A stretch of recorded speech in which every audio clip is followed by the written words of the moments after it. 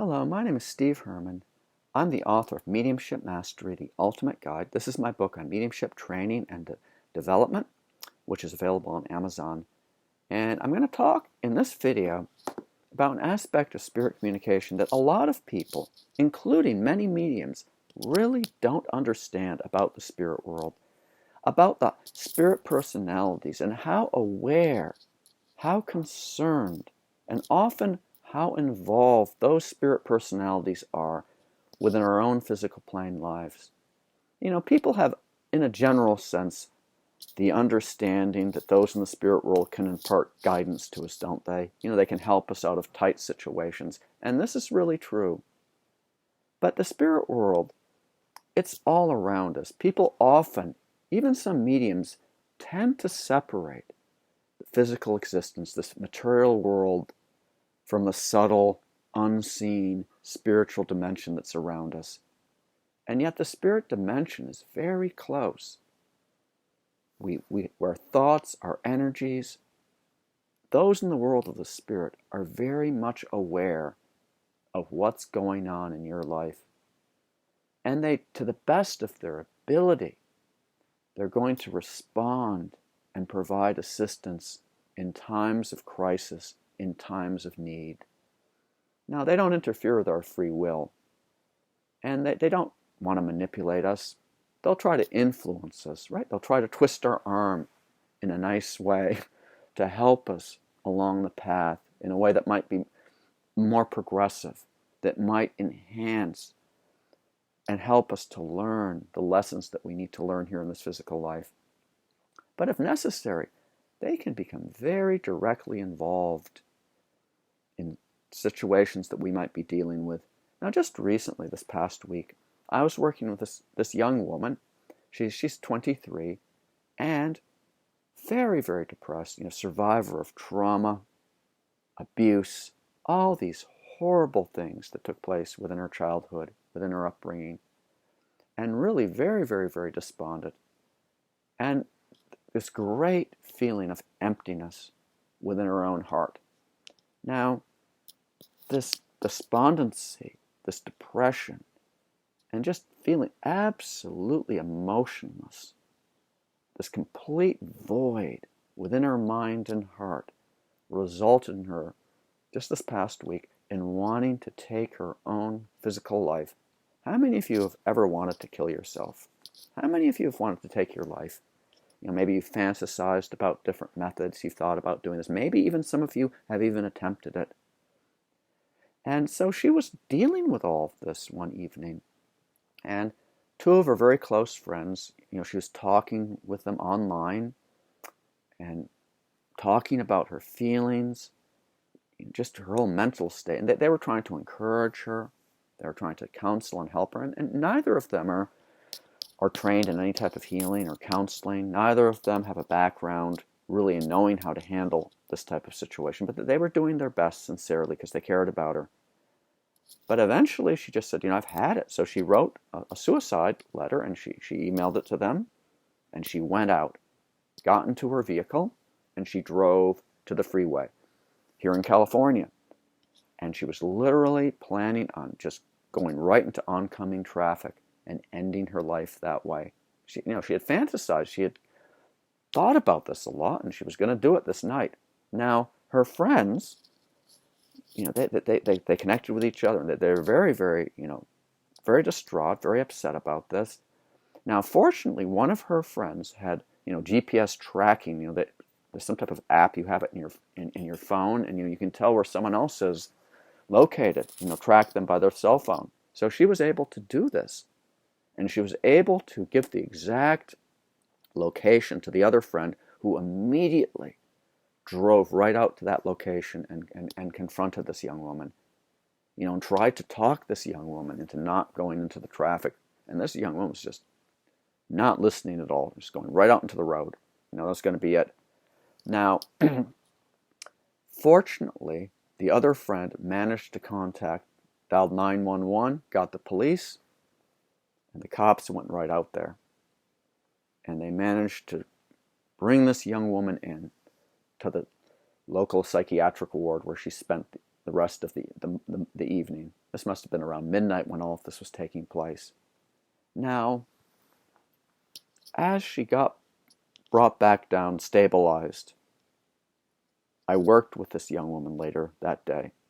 And I remember, I was working, because she's someone who's, very, very open to mediumship, has been around it and understands it, and is very receptive to the guidance and the light that can come through. Now, fortunately, she was getting some type of psychiatric help and treatment for this, for her situation. But I remember when I was connecting with her, the higher spirits were coming through and really giving a very detailed analysis of her mental state, of her situation that she could relate to. And they talked about what had just taken place, the evening before. And they talked about how they had influenced both of her friends. Because her friends were concerned, but they actually had influenced her friends with some of the actions that had taken place. Now, neither of her friends, although they're both very sensitive, are trained as mediums, understand any of this, but they're very, very, very open. Their minds were very, very, very receptive. And the spirits who work with healing, the spirits who were concerned about this young woman and her mental state and the potential of her taking her physical life, they influenced her friends to go about doing things in the manner in which they did, which actually did result in getting this young woman into a psychiatric facility and getting some type of help. Now, what's quite interesting about this, as I was working, bringing the spirits through, there was a young woman that came through from the world of the spirit for the recipient. And this young woman had passed over. She was a teenager when she passed over. And I literally just, I could feel, the physical trauma of passing in my own head as the spirit impressed me with the clairsentience. And this teenage girl had jumped off some type of building and ended her life. Now, the recipient, the young woman I was working with, recognized this individual coming through from the spirit world. And she had been a little girl, and this teenage girl that had killed herself had actually lived in the neighborhood, not that far. And as a little girl, the recipient she knew of this person. And certainly within that community, when this girl had taken her life, it was something that was talked about, and it was something that was very much known. And so with the details that I was providing, she could very much recognize the communicator who was coming through. And this girl that had taken her life, that was coming through from the spirit world, talked about how she had just killed herself on impulse.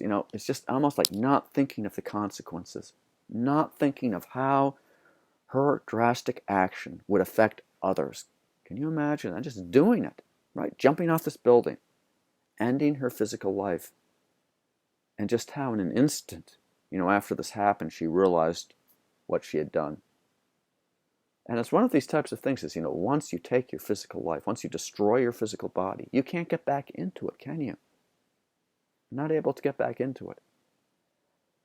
And this sense of just no emotion, just impulsively doing things. Now, it was the same type of impulsiveness, which had really, in deep depression, that it really was affecting the recipient as well with her condition. Now, this young woman in spirit that was around her, that she recognized that was connected to her as a girl, was helping her. Because what had happened? She went into the spirit world. She received healing. She received higher enlightenment and teaching. The doorway to reformation, it's never slammed shut against anyone. And of course, what was she doing while she was in the spirit world? She was part of a group of spirits, that work with the healing, that try to influence people who want to take their lives not to do it. And I remember when she was coming through, she showed, when she was talking about this, she was showing me places like Japan, maybe South Korea, individuals there, younger people wanting to take their lives. And she was someone who would try to influence these individuals not to go through that particular action.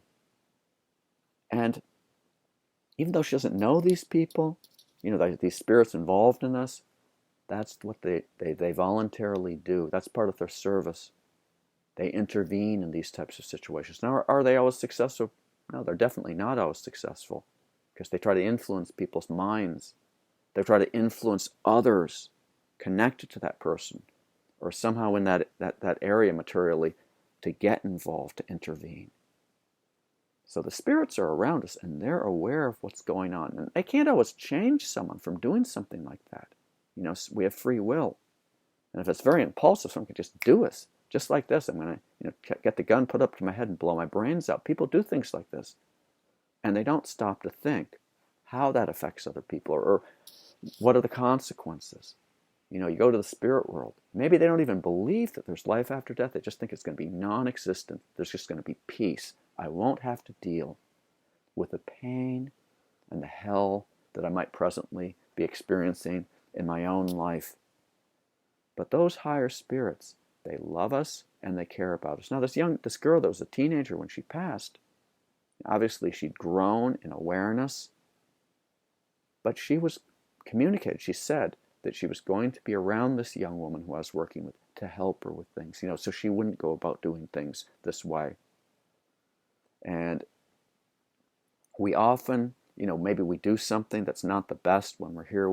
There's error in our ways, in our behavior, or thinking, how we treat others.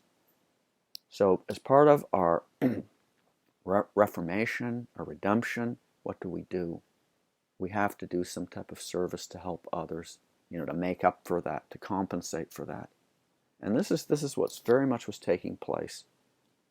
She'd made it that her mission, and she was part of that healing team from the world of the spirit. So on a personal level, you might be going through at times some type of despair or really difficult situation. You put out the prayers, you put out the thoughts. Even if you don't put out the prayers, there are going to be those who are going to be concerned. Not just your loved ones or people close to you who you knew and cared about, or they cared about you. They may lack the qualifications to really adequately do the job. But there's specialists there. Just like there's specialists, someone suffers post-traumatic stress syndrome through some trauma that takes place. Well, there's individuals here in this physical world who know how to help someone. Someone suffers sexual abuse. There's people who work with therapy here in this physical world who know how to work with people who are survivors of that. And in the spirit world, it's the same way. And what better healer, what better therapist is one who's gone through the same type of experience themselves, whether it's here in this material life, or even, they pass over and they've been through it, because they can empathize, they can understand, they can really feel and know what we're going through, what an individual is experiencing in their physical life. So this is just some things to think about, because the spirit world's around us, and the spirit personalities are very much aware. They love us, they care about us. So please, if you haven't already, please subscribe to my YouTube channel. Smack that subscribe button below. Hit the like. If you have questions, if you have comments, I teach a lot of courses worldwide. Been on 5 continents, many countries. I work all over the place, and I'm really into the teaching. And I've got online courses as well as in person. I do individualized type of training as well. But I'm into the training aspect of it, the teaching aspect of it. And the more we understand how this works, we're just going to be better instruments. We're going to be more efficient vehicles for those loving spirits to work through. So God bless each and every one of you. And thank you so much for watching my video.